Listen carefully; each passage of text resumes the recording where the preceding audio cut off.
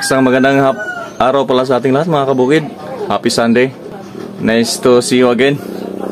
Ngayon mga kabukid, gusto ko lang ibahagi sa inyo tungkol dito sa aking incubator. Tungkol dito ngayon sa kung ano ang aking diskarte para hindi mabilis masira yung thermostat. Kasi yung thermostat mahalaga talaga para dito sa ating incubator para ma-maintain natin yung init. Pero bago ang lahat mga kabukid, hali kayo, samahan niyo muna akong ipakita ko sa inyo yung ano ang status ng ating mga palaking manok mula noong January.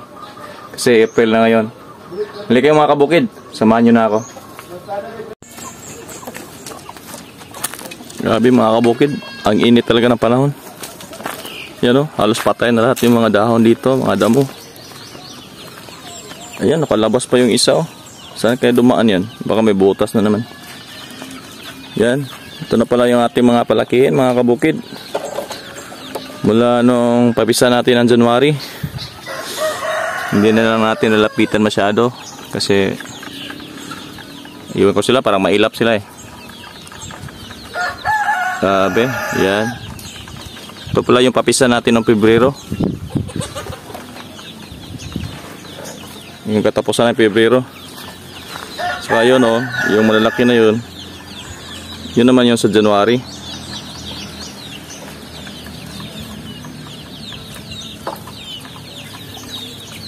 Yan, dito na sila tumatambay.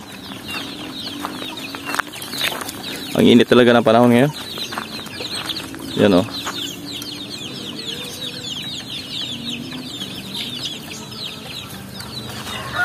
At ito na naman yung nating papisa noong katapusan ng Marso.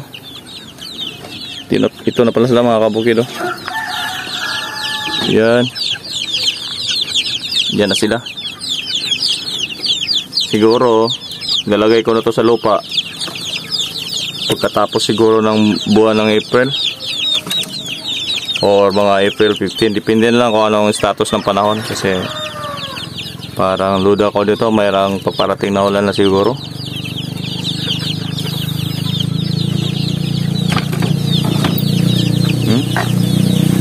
Tingnan yung paligid mga kabukid. Grabe, ang init talaga. Yan o, patay lahat ng damo. Yan sila o.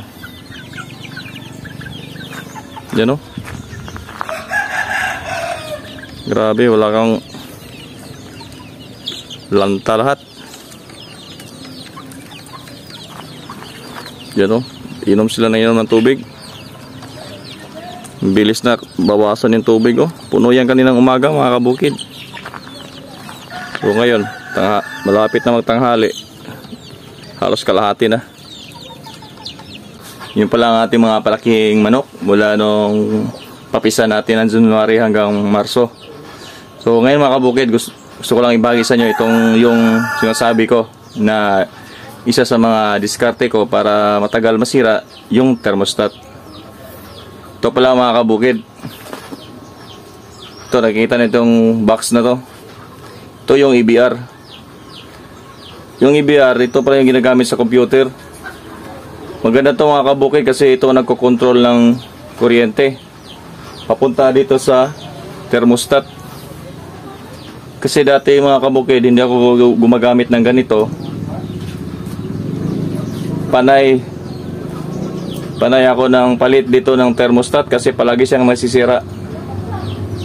Siguro sa kuryente na dumadalay siguro na hindi kontrolado. Kasi itong kuryente, dati ito kasi nang wala pang EBR, yung ilaw dito parang patay sindi ang nangyayari. Yung para siyang series light ang nangyayari dito. Kaya mabilis siyang masira. Kaya napaisip ko na bumili talaga ako ng EBR. Kaya sa awa ng Diyos, ito, halos mag-iisang taon na to mga kabukid, hindi pa rin siya nasisira. Yung naka-reserve ko doon na thermostat, tapos may EBR pa at blower, hindi ko pa nagagamit hanggang ngayon.